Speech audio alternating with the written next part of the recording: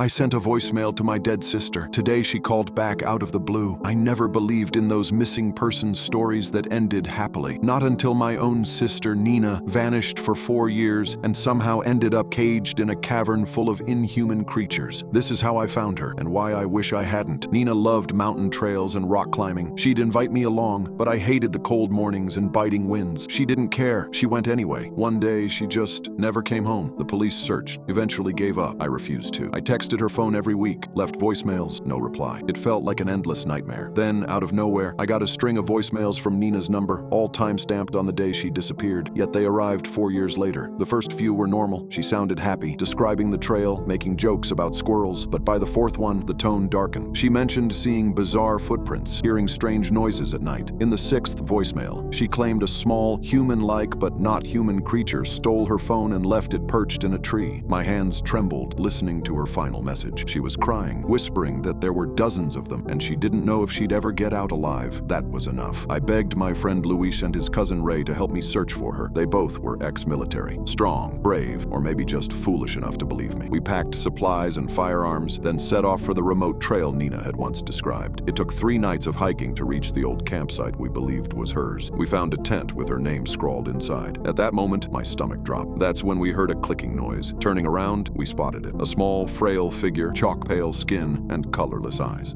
No question, it was one of the creatures Nina described. Ray shot it in the chest before it lunged at me. I nearly vomited at the sight of its grayish flesh. It let out a shriek, then dropped dead. We pressed on, stepping over the body. Eventually, we discovered more of them, a whole pack prowling around a hidden cave entrance. The fight was brutal. We must have taken down nearly a dozen. At some point, Ray got separated. Luis and I found him later, lying on the ground with a fatal slash across his throat. We buried him right there in the woods. I couldn't stop shaking. Inside that cave, we found Nina, locked in a makeshift cage of twisted wire. She looked skeletal, barely able to stand. One last creature tried to defend the cage, but it retreated after seeing what we'd done to its companions. We freed Nina, got her into the car, and sped off. She clutched my arm the whole ride, her eyes vacant and trembling. It's been a few days. I'm writing this from the living room. Nina upstairs asleep. She rarely speaks, and when she does, it's mostly murmured nightmares. She's different, always staring out the window at night, as though she's waiting for someone or something. Sometimes I catch her humming a low, unrecognizable tune. I dread the thought that one of those creatures might have followed us home. I still can't believe it. My sister's alive, but she's not the same girl who vanished. I wish I could turn back time. I wish I'd gone climbing with her that morning. Maybe then none of this would have happened, but there's no going back, only forward. Now, all I can do is watch over Nina, hoping that whatever horrors she endured in that cave won't follow her into the world outside. And if they do, I'm not sure we'll survive round 2.